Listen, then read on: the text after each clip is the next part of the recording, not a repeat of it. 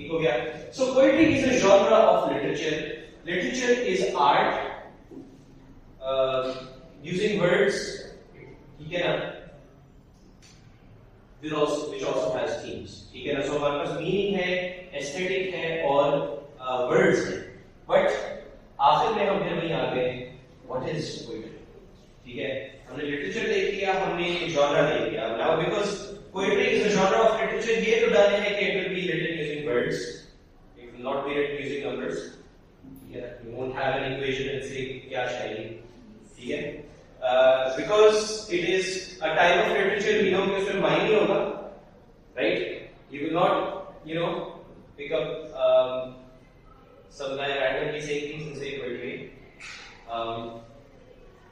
I don't know आप लोगों के सिलेबस में नहीं पढ़ते. Munhib has a story जिसमें एक पागल होता है, तो कहता था पढ़ दी कुर्ती ने से लेके आना जी बंदी दादा फलाना है, ठीक है. अब उसके अंदर it has a role in the story. उस स्टोरी के अंदर जो इस डायलॉग का रोल है बड़ा इंटरेस्टिंग है, बट यू विल नॉट से कि ये पोएट्री है कि ये पर्टिकुलर कुर्ती ने से लेके आना जी बंदी दादा फलाना है, ठीक है. You will be like नहीं है, उसके अंदर एक पागल कैरेक्टर बोल रहा है, इसका एक अपना पूरी कहानी में रोल है इस डायलॉग का, but it's not poetry. So it will have meaning, right? Number 3, it will be beautiful. ये नहीं होगा कि आप पढ़े और आप सो जाए.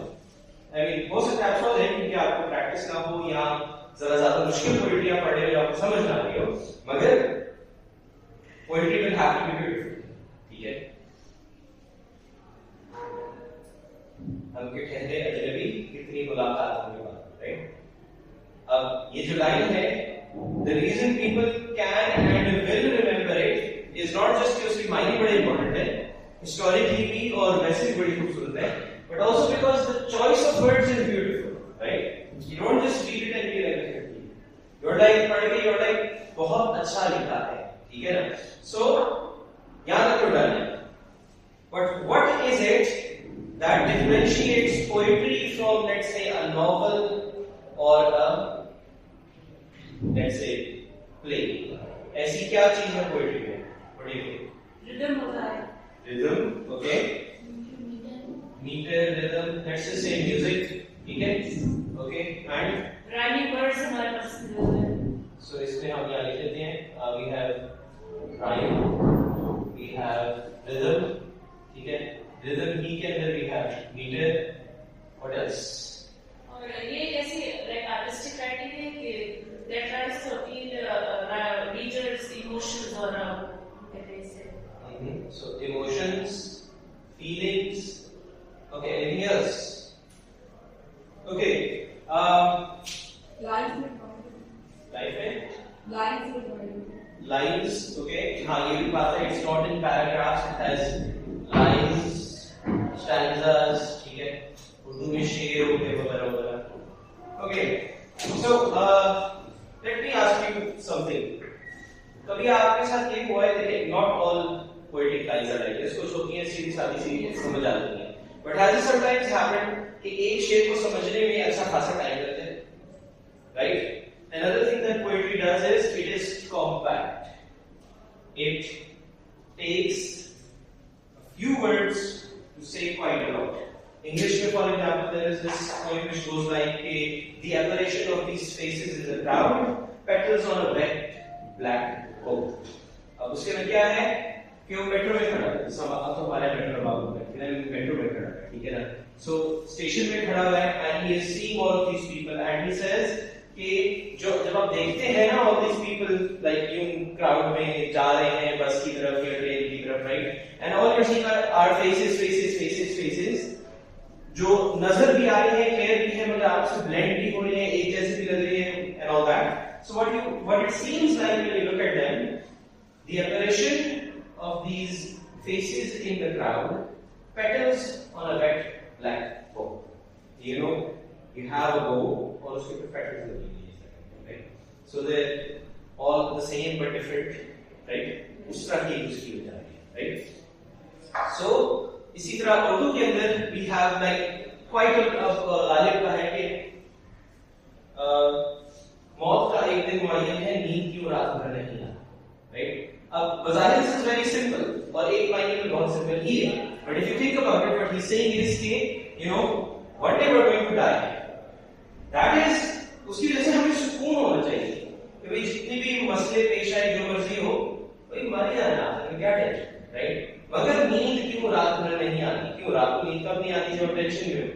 कि उसके बावजूद क्यों इतनी टेंशन है कि रात को सो नहीं पा रहे, right? So he is saying one thing, but through that he is also saying like 2-3 other things, ठीक है ना? And not all poets do this, and not all poets do this all the time, right? Ghalib की भी कुछ ज्यादा simple बहुत सी poems भी होती है, ठीक है? और कुछ बहुत ही मुश्किल भी होती है, right? So the idea in other words is कि poetry has music, it has emotions, वगैरह वगैरह वगैरह. अब इसके अंदर हम ये डिसाइड करना है कि कौन सी चीजें जो पोएट्री को मेनली पोएट्री बनाती है, राइट? पोएट्री में म्यूजिक होगा, हमें पता चल गया. इमोशंस होगा, वो तो आई मीन बाकी लिटरेचर में भी होगा, राइट? लाइंस होंगी, ये ठीक हो गया.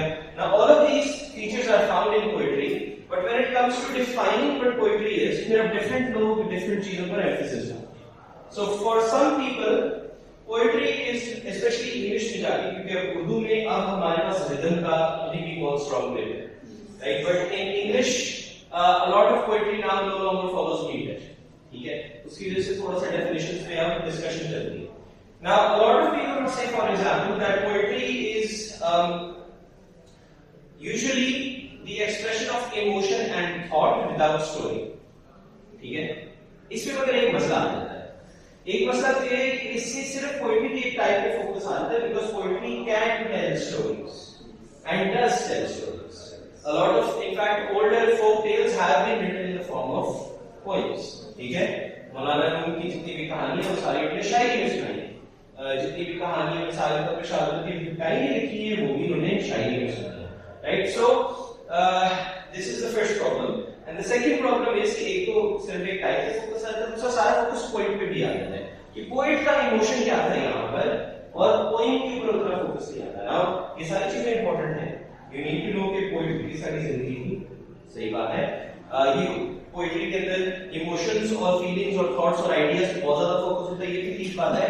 मगर इसके अलावा भी है, the words of the poem itself are also just as important as the poem. Number 1, ये सिर्फ नहीं है कि खाली में ये बातें करता था, ये भी है कि इस लाइन में क्या लिखा.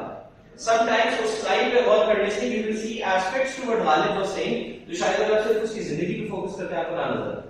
नहीं हो सकता आपके उसकी जिंदगी ऐसी थी वैसी थी इसलिए उसने ये शेयर कर दिया मुसीबतों के बारे में. But if you focus on the poem itself you might find other aspects of वो क्या कहना चाहता है. ठीक है?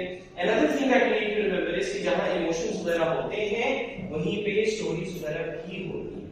So it is true that poetry is about emotions, तो उसको सिर्फ इमोशन पे फिक्स नहीं है. ठीक है? नाउ फॉर एग्जांपल वर्ड्सवर्थ ने कहा था that poetry is the, अच्छा इससे और चीज भी ध्यान रखें कि sometimes यहाँ पे एक मसला आता है कि देखिए there is nothing wrong with saying poetry emotion से related है, but sometimes इससे ना एक व्यू ये फैलता है कि शायद बैठा होता है ना एक दिन एकदम से उसको ना जोश चढ़ता है, उसको इमोशन चढ़ता है और वो शेयर कर देता है. और यहाँ पे कुछ चीज ध्यान रखनी चाहिए कि poets have always edited their work. Ghalib की दीवान की अगर आप हिस्ट्री देखें कौन कौन से शेर उसने बदले, कौन कौन से शेर उसने निकाले, कौन कौन से शेर उसने उसमें ऐड किए. Similarly, if you look at, for example, how T.S. Eliot edited his Wasteland for 1 year, poets ये नहीं होता कि उनके रैंडमली शेर नाज़िल होता है क्या नहीं. ऐसे लोग फेसबुक शायरी ज्यादा करते हैं, उनको लगता है कि मैंने एक बार लिख लिया अभी आइंदा कभी चेंज नहीं हो सकता. Poetry is hard work. ठीक है? टाइम लगता है सीखने में, राइट? आपको हजारों शेर पढ़ने पड़ते हैं, समझने पड़ते हैं, तब जाके आप लिखना शुरू होते हैं. सही बात, आपको पूरा रिदम की साइंस मास्टर करनी पड़ती है. ना अक्सर क्या होता है कि इसमें थोड़ी सी गलतफहमी होती है. कुछ पोएट्स के भी कोट्स उठा लिए जाते हैं, सर वो क्या है आते हैं रैप से ये मज़ामीन ख्याल आते तो हैं मगर उनको फिर तराशा भी जाता है ना. सो वर्ड्सवर्थ का इंग्लिश में इस तरह कोट है कि पोएट्री इज द स्पॉन्टेनियस, एकदम से अनकंट्रोल्ड, एकदम से the spontaneous overflow of powerful feelings. ठीक है? मगर इसके आगे एक और लाइन है जो अक्सर नहीं बयान करती. He says it takes its origin from emotion recollected in tranquility. Tranquility सुकून को कहते हैं, recollection याद करने को कहते हैं. एकदम इमोशन आया, कुछ बना, मगर बाद में सुकून में बैठ के उसको एडिट करना, समझना, वो सब कुछ is a part of writing a poem. इसीलिए वर्ड्सवर्थ ने एक जगह उसी preface to the lyrical ballad में he also wrote, when talking about poetry, he said that the job of the poet is to throw over them a certain coloring of imagination. यानी चीजों को वैसे ही present करें उस feeling को जैसे आई है, इंस्टेड उसके ऊपर हम एक कलरिंग ऑफ इमेजिनेशन डाल रहे हैं. He also said that that the poet does this by tracing in them, in जो भी उसका observation या feeling है उसके अंदर, truly though not ostentatiously the primary laws of our nature, यानी उन पे गौर करके उनमें से उसूल भी निकालेंगे। फिर वो लैंग्वेज के बारे में बात करते हैं, because often people say कि वर्डसवर्थ ने कहा था कि हम कॉमन लैंग्वेज यूज करेंगे, मगर जिस सेंटेंस में उसने कहा था हम कॉमन लैंग्वेज यूज करेंगे, उसने ये भी कहा था कि उस लैंग्वेज को हम करेंगे यूज करेंगे purified indeed from what appear to be its clear defects, from all lasting and rational causes of dislike or disgust. ठीक है, और इसके बारे में उसने कहा था कि ये लैंग्वेज जो है is a more permanent and a far more philosophical language. In other words, तब भी उसका फोकस था कि क्या मैंने पोएट्री के साथ करना है क्या नहीं करना। Poetry is the overflow of feelings, मगर it is mixed with जो क्राफ्ट है। So पोएट्री की अगर आपने ठीक है, there is emotion, there is music, मगर जो चीज यहाँ गलत फहमी हो सकती है वो ये है कि perhaps feelings निकलती है तो खुद पोएट्री पैदा होती है। Poetry, according to T.S. Eliot, is not a turning loose of emotion. ठीक है, emotion का निकल जाना नहीं है, but an escape from emotion. It is not the expression of personality. सो लोग कहते हैं ना मैं अपनी शायरी में अपने आप का इजहार कर रहा हूँ, but an escape from personality. But of course, only those who have personality and emotions know what it means to want to escape from these things. एक और जगह वो कहते हैं, and the poet cannot reach this impersonality without surrendering himself wholly to the work to be done. In other words, वो क्या कह रहा है कि आपने एक तरफ अपना इमोशन फील करना है, मगर उसके बाद आपने अपने आप को खत्म करके उस इमोशन को और इस पोइम को तवज्जो देनी है, and you have to develop that poem and you have to develop that emotion in a way कि वो आपसे बढ़ के हो जाए, ताकि जब सुनने वाला हो वाकई कह सके ये वही इमोशन है जो मैं फील करता हूँ, या वो फील कर सके आपका इमोशन, आप सिर्फ अपनी मैं ना हो जाए, right? Because if you're too concerned with what you feel, you might try too hard to control the story or to control the poem. Instead, you have to also give yourself up to the craft of writing a poem. ठीक है ना? Because poetry के अंदर देखिए क्या है, words, ठीक है, content, form क्या है, aesthetic बनाने के लिए किस तरह से हमने लिखना है, content क्या है वो बात जिसके बारे में आपने लिखना है। अगर आप सिर्फ इमोशनल होकर लिखिए, लेकिन जब आप फुल इमोशनल होते हैं उस टाइम पे लेट्स जस्ट से एक चीज है कि जब आप बहुत ज्यादा लेट्स से गुस्से या खुशी में हो तो कभी बार ऐसा नहीं होता कि बोलना नहीं जाता, राइट? क्यों? Because emotion itself is not a situation or a mode of being जिसमें you know what you are thinking or what you want to say. आपको पहले उसको समझना पड़ेगा, recollected intranquility वर्ड्सवर्थ का, और फिर उसके बाद आपने पोएट्री के जो उसूल हैं उसके मुताबिक उसको बेहतरीन और खूबसूरत एक्सप्रेशन भी देना है। So poetry is not just emotion, it is also craft. The craft is learning how to make things beautiful. तो ये तो चले डर हो गया, इमोशंस और फीलिंग्स होंगी, मगर जो साथ में ये बात है ना, म्यूजिक, लाइन्स, कॉम्पैक्ट वगैरह, ये सारा जो है, this gives us the craft. The craft of poetry, right? So poetry is an art, and art always comes from craft. Craft वो स्किल है जिसको आप सीखेंगे, जिसको सीखने के बाद you will be able to express your emotions and your feelings in a way कि वो वैसे हो जाए। So हमने दो चीजें सीखी, तो हमने आप लोगों ने जो लिस्ट दी है पूरी चीजों की, this is perfect, ठीक है ना? मगर इससे हमने सबसे पहली क्लैरिफिकेशन क्या की है कि इम्पोर्टेंस इसके अंदर इमोशंस से ज्यादा शायद क्राफ्ट की है, बस इमोशंस हर किसी के पास है, राइट? मगर the idea is कि आप उनको किस तरह से एक्सप्रेस कर सकें कि वो म्यूजिकल हो जाए। देखें, not you could write your emotions in a diary, ठीक है, but they will not be poems, ठीक है? You could even put 2 rhymes in there, तभी वो मगर poem नहीं होगी। poem कब होगी कि जब वो इतनी खूबसूरत हो जाए कि हम उसको याद भी करना चाहें, गाना भी चाहें, पढ़ना भी चाहें, राइट? एंड उस पॉइंट पे आके एक और चीज जो इम्पोर्टेंट है समझना कि जहां पर craft is very important, craft भी अकेले में काफी नहीं है, क्योंकि अगर आप सिर्फ राइम लगा दें और आप सिर्फ लेट्स से रिदम में डाल दें, दैट डज नॉट नेसेसिटेट कि आपके अल्फाज खूबसूरत हो। इन अदर वर्ड्स इंपॉर्टेंस क्या है कि जो आपने अल्फाज का कॉम्बिनेशन देना है रिदम के साथ, वो इंपॉर्टेंट है। सो वही तीन चीजें आ जाती हैं, वर्ड्स, मीनिंग्स, ब्यूटी। क्राफ्ट आ गया ब्यूटी में, मीनिंग में वर्ड्स आपके आगे मीनिंग के साथ चले छोड़ दिए हमने करना क्या है कि हमने मायने को भी ताकतवर करना है, ख्याल मुफ्ता करना है, उर्दू में कहते हैं, और हमने साथ में उसका आर्ट भी अपना ठीक करना है, तब जाके पोएट्री बनती है। वरना सिंपल वर्सिफिकेशन होती है। आप रिदम के अंदर बड़े आराम से बहुत कुछ लिख सकते हैं। If you have mastered rhythm, मगर आपका ख्याल मुफ्ता नहीं है, you will be able to write a lot of very good lines, मगर उसके अंदर वो जो होता है ना कि आपने एक गजल लिखी पूरी जो हर किसी को पसंद है, वो क्राफ्ट नहीं आएगा। और फिर होगा बनी बनाई कुछ चीजें उसके अंदर फिट कर दी, या वर्ड्स के अंदर कहानी सुना दी, वर्ड्स के अंदर कुछ कर दिया, मगर उसी कहानी को इस तरह सुनाना कि वो हजारों सालों तक जिंदा रहे, दैट इज जहां पे जो आर्ट सीखने का है। ठीक है, खैर तो यहां तक हम पहुंचे। तो पोएट्री क्या है? At the end of the day literature की एक टाइप है जिसके अंदर बेसिकली म्यूजिक का एम्फेसिस होता है। ठीक है ना, music is the main part of poetry.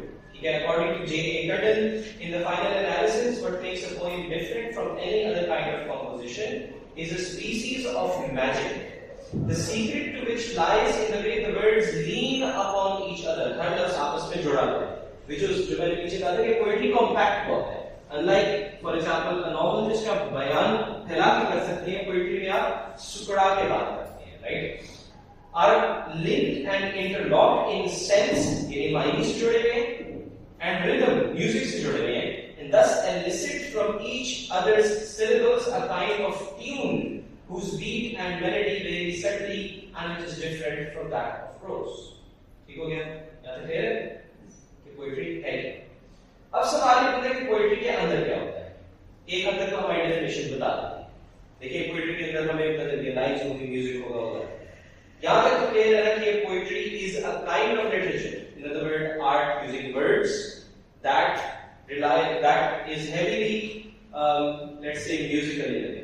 ठीक है, उसमें म्यूजिक का एस्पेक्ट जरूरी है।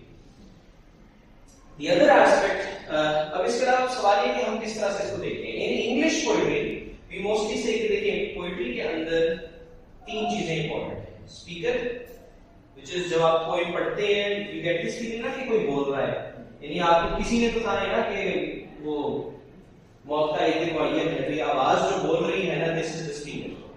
ठीक है, then there is content which is the theme or the meaning जो हमें अल्फाज से मिलता है, and then there is form which is the shape या जो साख्त है ना, which is the language and the patterns of language that are used to create that meaning। ठीक है, मिसाल के तौर पे rhythm is a part of form। जब कहते हैं ये थी हमारी किस्मत के विसाले यार होता, इसके अंदर एक डेफिनेट रिदम है, राइट? सो जब हम कहते हैं ये न थी, तो इसके अंदर दो छोटी आवाजें आती हैं, एक बड़ी आवाज आती है, right?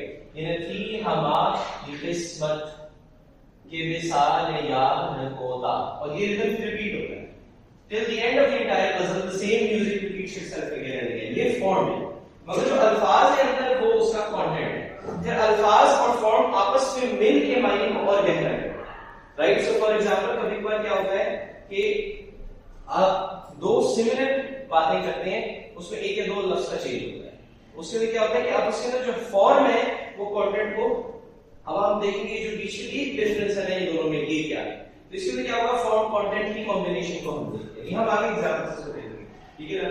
So you have the speaker और the voice speaking, you have the content which is the theme और the idea, and the form which is the pattern of language that is used to express that idea। ठीक है ना? अब when we talk about novels oftentimes for example, उसमें हम pattern of language patterns पे इतना ज्यादा फोकस नहीं करते होते, उसके अंदर भी मोस्टली कंसर्न है अच्छा कैरेक्टर ने ये किया, कैरेक्टर ने वो किया, but with poetry studying the pattern of language is very important। और उसका फायदा एक और ये होता है कि when you then go back to reading novels and drama, आपको उसमें भी पैटर्न्स नजर आने लगते हैं, क्योंकि पोएट्री में pattern, language patterns are what is important. ठीक है, सो फॉर एग्जांपल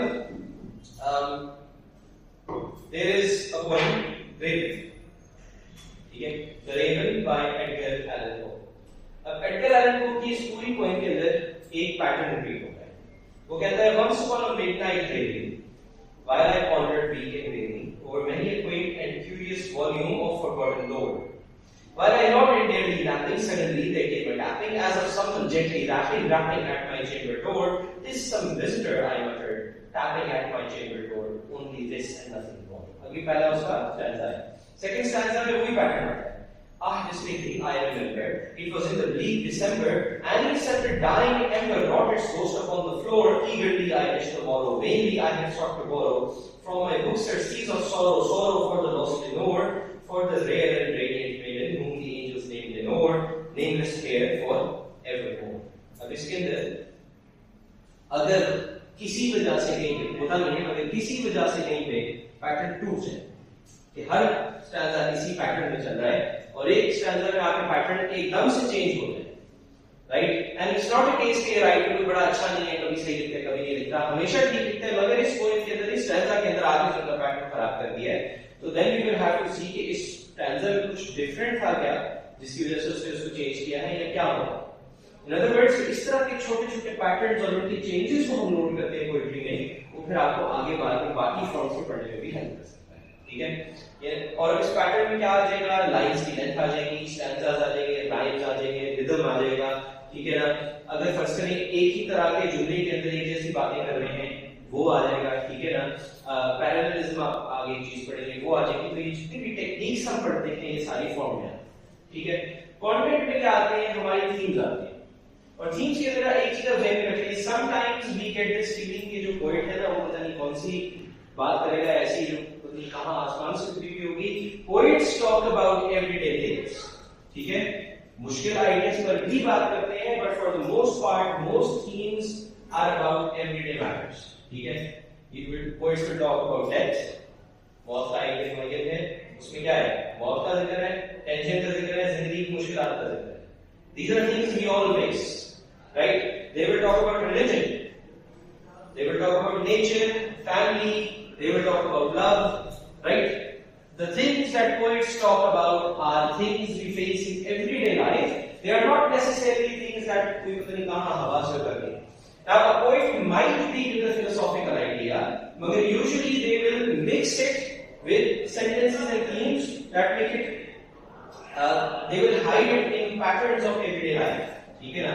मिसाल के तौर पे when he talks about how the soul feels in this world unattached after being distanced from God, तो Rumi starts his poem by saying कि विष्णु असमय ईश्वर हिकायत में तुरंत बांसुरी से literally नए कह रहे हैं, मगर नए is similar to a बांसुरी. ठीक है ना? उसकी आवाज बड़ी दुखी किस्म की आवाज आती है, उसकी सब बांसुरी भी काफी दुखी किस्म की आवाज आती है. So he says कि बांसुरी से या नए से ये पूछो कि वो क्यों रो रहे हैं और हिजर की कौन सी दास्तान डाली है. Then he goes on to talk about कि जब से मुझे बांस के तने से काट के अलग किया गया है तब से मुझे दुख है वगैरह वगैरह. Now he's talking about the soul. मगर क्या है कि उसके अंदर आप उसके अंदर बहुत से मायने आ सकते हैं. First of all एक चीज में रखें कि लिटरेचर पढ़ने में दो चीजें होती हैं. एक तो वो मायने जो राइटर की लाइफ और उसके स्टूडेंट्स और बाकी लोगों से मेनली पता चलता है कि मोस्ट प्रोबेबली वो ये कह रहे हैं. ठीक है? सो यू नो कि Rumi was already talking about the soul यहाँ पे. अगर उसके अलावा और भी मायने होते हैं कि this could generally also be about separation. जब आप घर से भी दूर होते हैं तब भी वही आपका हाल होता है. So what he is doing is उन्होंने बांस के अलग होने से घर के रहने अलग होने का आइडिया दिया है और इस आइडिया को फिर उन्हें बड़े आइडिया से जोड़ते हैं. ठीक है ना? So even when poets talk about other ideas, it is not कि बिल्कुल इम्पॉसिबल होता है समझना. It is usually about learning how to read a poem. Once you know how to read a poem, तो उसके बाद पोएम के अंदर से क्लूज मिल जाती है, राइटर की जिंदगी से क्लूज मिल जाती है, इधर उधर हर जगह से क्लूज मिल जाती है. You are able to figure out कि इस पोएम में क्या हो रहा है. ठीक है ना? It is usually everyday problems, everyday issues. अब वो जो रेगुलर वाली पोएम है उसमें क्या है? बैठा हुआ है, ठीक है ना, दुख में. You can see वो क्या कहते हैं कि वो लेनोर बनी है, ये हो गया वो गया. ठीक है? So the point is क्या कि you don't need to worry about finding ideas in poems as long as आपको इतना पता हो कि अच्छा मुझे ये लग रहा है इस पोएम में ये है. अब हम देखते हैं अल्फाज क्या यूज हुए हैं, पैटर्न्स क्या यूज हुए हैं. इन अ पोएम समटाइम्स हमारे साथ गलती क्या होती है, वी एक्सपेक्ट कि जो थीम होगा वो बहुत मुश्किल होगा. थीम मुश्किल होना जरूरी नहीं है, बट मैटर्स इज कि उस थीम को किस तरह से डील किया गया है. हो सकता है कि सिंपल भूख के ऊपर शेर हो. ठीक है? द क्वेश्चन इज कि उस भूख के बारे में क्या बात कही गई है? हर किसी ने वही बात कही नहीं होगी, समझ रहे हैं बात? अगर फर्ज करिए इट्स अबाउट फैमिली, तो फैमिली के बारे में क्या कहा गया है, दैट इज इंपॉर्टेंट। ये नहीं है कि अच्छा फैमिली यार बड़ी सीधी सादी सी बात होती है, नहीं इसलिए कुछ और कहा होगा। If the poem is about family and it seems to be about family, it is about family. अब आप एक्सप्लोर करें उस फैमिली के बारे में क्या कहा है, एक्सप्लोर करते करते आप उसमें और मायने उसे खुद ही मिलते हैं, ठीक है ना? So that's the random extra comments मैंने डाल दिए। Now let's come back to the idea कि पोएम में क्या है, कंटेंट है, फॉर्म है, स्पीकर है, तीन चीजें होंगी। अब हमने क्या करना है, जो मैंने पीछे बात की थी कि पोएम्स इन सारों को यूज करके जो है माइंड को कॉम्पैक्ट कर देती है और उसी चीज को हमें एक नए तरीके से दिखा देती है, right? There was a group of even critics for example जो आपको फॉर्मलिस्ट्स कहते थे, and they used to say that the purpose of poetry is defamiliarization. यानी जो चीजें आपके सामने है ना आमतौर पे, उनको डिफरेंट करके आपको पेश करना है। As a town used to say that literature is news that stays news, right? मालूमात है जो मालूमात है। एंड वर्ड्सवर्थ वो जो मैंने पीछे उसका कोट बताया था आपको, इमेजिनेशन वाला पूरा कोट ये है कि the principal object then proposed in these poems was to choose incidents and situations from common life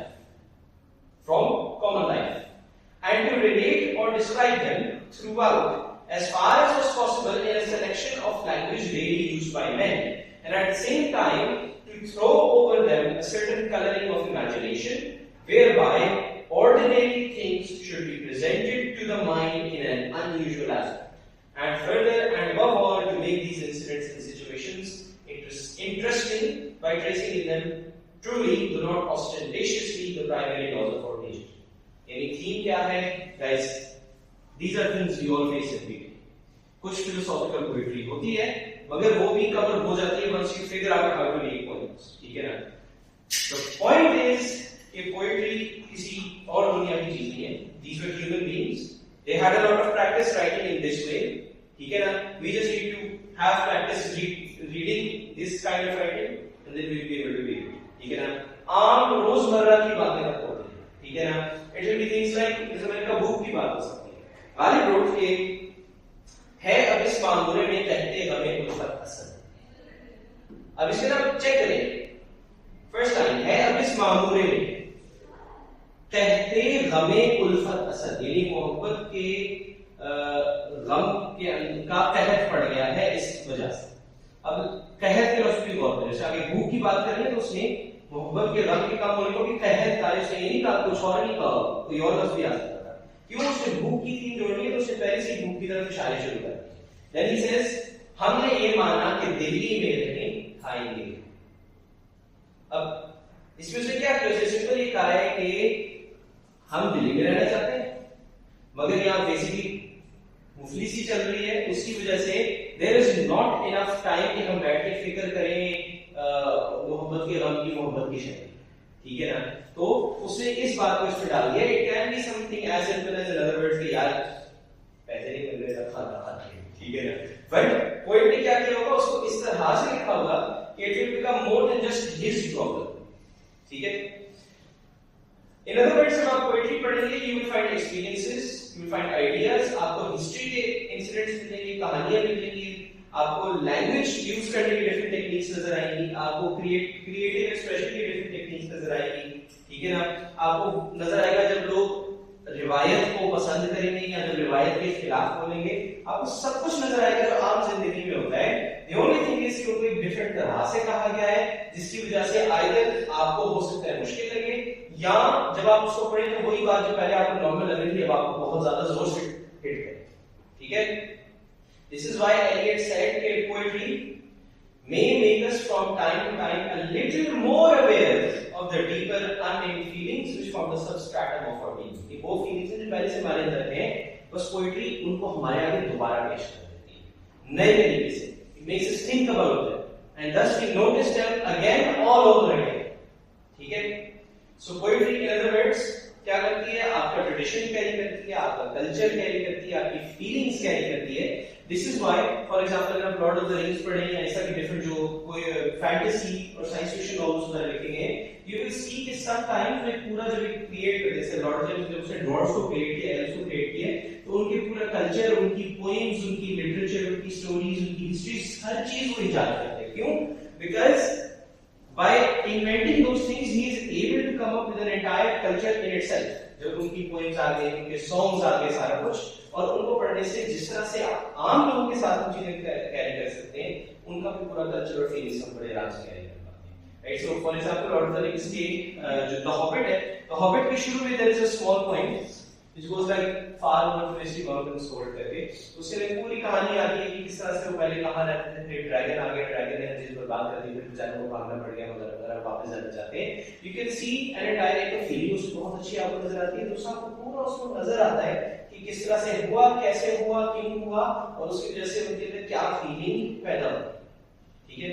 so poetry in short, आपने सही कहा था, number 1 is the expression of feelings and emotions. Number 2 आपने सही कहा था, इट इन्वॉल्व्स म्यूजिक. नंबर 3 आपने सही कहा था, उसके अंदर लाइंस और स्टैंजास का यूज होता है पैराग्राफ्स के लिए. एंड नंबर 4 उसके अंदर मीनिंग कॉम्पैक्ट और पावरफुल करके एक्सप्रेस किया जाता है. सो अगर हम समराइज करें, देखिए, literature is written art which depicts life in a beautiful manner. One of its types or genres is poetry, which is a kind of art, of word art, of language art that is heavily dominated by music, rhythm, and number 2 by a compactness of expression, a power of expression जो उसको compactness की वजह से मिलती है. ठीक है ना? जहाँ तक poetry की types की बात है, we'll talk about them in the next class. मगर एक चीज एक कि poetry generally speaking can be divided into two major types. बाकी फिर डिफरेंट हम कैटेगरीज बना लेते हैं, इसकी फर्दर टाइप्स हैं, इसकी फर्दर टाइप्स हैं, फिर ये लिखने का स्टाइल है, वो लिखने का स्टाइल है, हम बात करेंगे. But the first major type is narrative. Narrative poems tell stories. They have plot, characters, settings. So we can analyze narrative poems just like we analyze a novel और अ शॉर्ट स्टोरी. हम उसके अंदर नाम से पहले characters की list बना सकते हैं, देख सकते हैं इसने क्या किया, इसने क्या किया, उसको एनालाइज कर सकते हैं. In addition to that, because it's a poem, तो उसके अंदर उसका रिदम का यूज, उसका वर्ड्स का यूज, उससे हम एडिशनल एनालिसिस कर सकते हैं. यानी हम देख सकते हैं मिसाल के तौर पे कि अगर एक कैरेक्टर है और हम कहते हैं इस तरह का कैरेक्टर है, फिर हम देखते हैं कि जब राइटर ने इस कैरेक्टर की स्पीच, जब भी इस कैरेक्टर की स्पीच बयान की है, तो हमेशा राइम में बयान की है, बाकी के राइम में नहीं बयान की. तो हम ये भी बयान देख सकते हैं कि अच्छा इससे क्या डिफरेंस होता है. देखिए, राइम में जब बयान की है, इट मींस कि इसमें ऑर्डर है. ठीक है ना? हर बार एक ही स्टाइल में बोलता है. अगर मतलब फर्स्ट टाइम पूरी पोएम के अंदर सारे कैरेक्टर्स ऑर्डर के बगैर बोलते हैं, रैंडम विदाउट राइम बोलते हैं, ये हमेशा इन राइम बोलता है, और आखिर पे आके ये भी विदाउट राइम बोलना पड़ जाए, इसका मतलब है कि आखिर तक आते आते ये कैरेक्टर चेंज हो.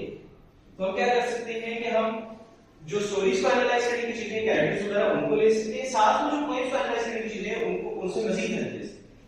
ठीक है. फिर the other thing is lyric poetry, which is basically जब हम poetry कहते हैं, हमारे ज़हन में आमतौर पर जो चीज आती है, that is lyric poetry. Lyric poetry is the response of a poet to an experience. It expresses thought and emotion.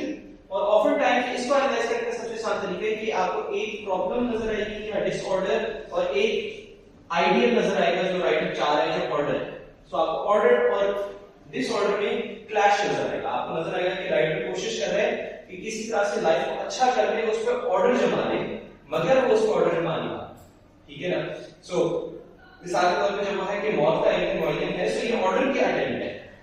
नहीं मर ही जाना है, तो फिर क्या जरूरत है टेंशन लेने की, मगर नींद की मुराद में नहीं है. Right? He is trying to bring life to order by remembering death, but it's not working. ठीक है ना? तो अब अगेन जरूरी नहीं कि यही एक चीज हो, मगर आमतौर पे कहते हैं कि इसमें ऑर्डर डिसऑर्डर का इशू स्पेशली इंग्लिश पोएट्री में आता है. ये है कि नहीं, वो तो जब हम पढ़ना भी शुरू करेंगे हम मजीद इसको मॉडिफाई करते हैं. ठीक है. सो पोएट्री इज लिटरेचर और आर्ट यूजिंग लैंग्वेज और वर्ड्स, जिसके अंदर बहुत ज्यादा इन्फ्लुएंस है ऑफ म्यूजिक और rhythm end of a compactness of meaning. ठीक है. Any questions? सवाल? ओके. सो एक छोटी सी पोएम हम देख लेते हैं. ये एज सिलेबस नहीं है वैसे. ठीक है.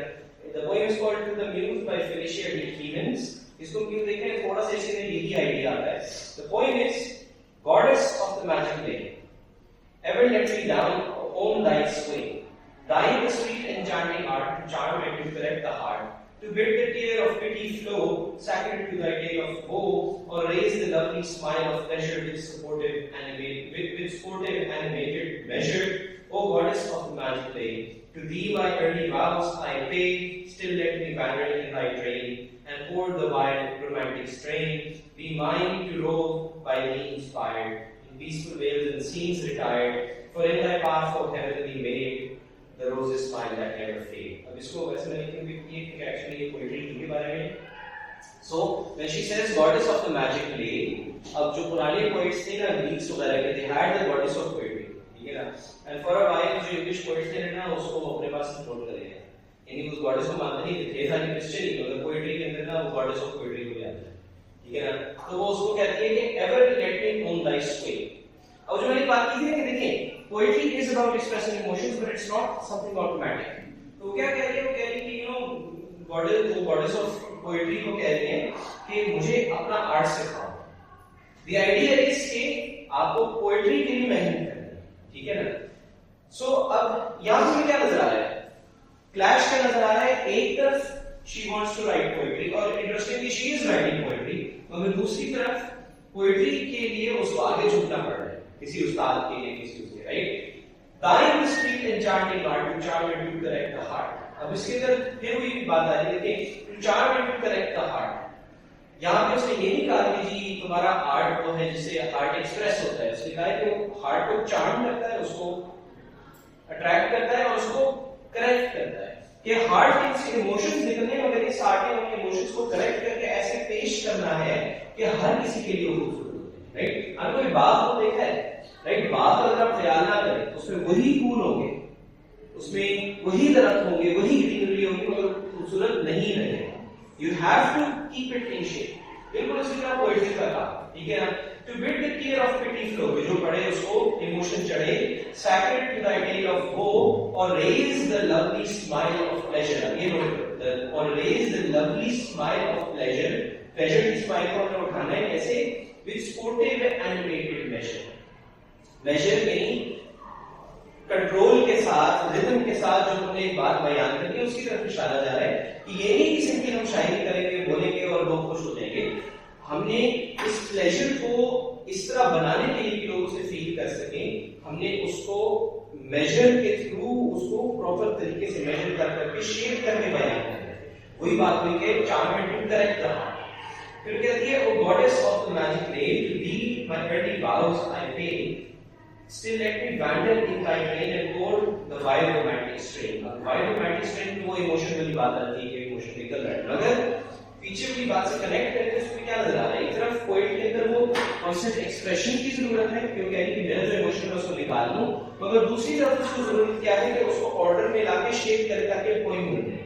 यानी सिर्फ चीखना नहीं है, पोएम में डाल पोएम बना के चीखना है, राइट. अब एक तरफ उसकी एक्सप्रेशन का शौक है, दूसरी तरफ पोएम बनाने का शौक है. अब समझ नहीं आ रहा है कि मैं एक्सप्रेस करूं या मैं उसको पोएम बनाऊं, और वो पोएम बनाना चाहती है, राइट.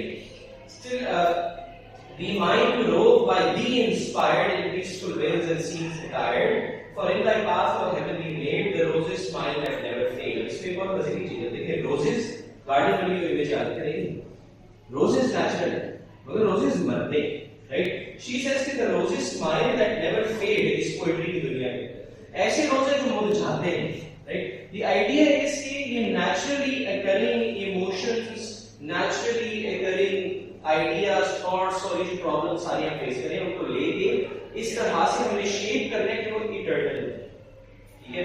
अब यही पोएट्री जो है यानी वही थॉट देखें, ये सारे इमोशन हम सारे एक्सप्रेस करते हैं, मगर हर किसी की एक्सप्रेशन पोएट्री नहीं बन जाती क्योंकि पोएट ने उसको शेप देना है. और ये चीज जो आपने आज जिंदगी में, ठीक है ना शायर एकदम से पैदा होता है कि वो एकदम यूं उठता है कि मैं शायर मेहनत करता है पूरी जिंदगी, ठीक है ना. Like many of Ghalib's earlier poems, even many जो अच्छे नहीं है उसकी दीवार में मौजूद नहीं है क्योंकि उसने उनको निकाल दिया. क्यों निकाला था, क्या निकाला था, क्या सोच के निकाला था, ये इस पे डिबेट से, ठीक है. एलियट की बहुत सी पोएट्री है जो रिजेक्ट कर देती है, बहुत सी पोएट्री रिजेक्ट हो जाती है, एक्सचेंज हो जाती है, एडिट हो जाती है. कोई भी पोएट अपनी सारी राइटिंग कभी नहीं, ठीक है ना. लाइक गालिब का एक बड़ा खूबसूरत है, वो कहते हैं कि दर्द हो दिल में तो दबा कीजिए, दिल की जब दर्द हो तो क्या कीजिए। अब अगर मुझे सही याद है इसको दीवान में नहीं, ये उसके मखलूक का नाम है, इन अदर वर्ड्स वो कलाम उसने दीवान में नहीं डाला था, तो उसके अलावा हो सकता है, राइट। सो अब again poems can be good and still not be included in the final version. उसकी कई reasons हैं, but the point is कि poet सोचता है क्या डालना है क्या नहीं डालना। This is a process of learning and of development. ठीक है, कोई भी पैदाइशी शायरी नहीं होता, नंबर 1। नंबर 2, पोइट्री के अंदर ख्याल भी जरूरी है, थॉट और इमोशन की पुख्तगी, और साथ में उसके फॉर्म या क्राफ्ट का आना भी जरूरी है। यानी आपने एक स्किल भी सीखना है और उस स्किल को प्रैक्टिस भी करना है। तो पहले आप पोइट्री पढ़ना सीखते हैं, फिर आप करना सीखते हैं, फिर आप उसकी मश्क जारी रखते हैं, तब कहीं जाके आप शायर बनते हैं। ये नहीं होता कि एक दिन खड़ा होकर मैं शायर, ठीक है। वैसी कहानियां सब कुछ ही लगती है, मगर ऐसे होता है।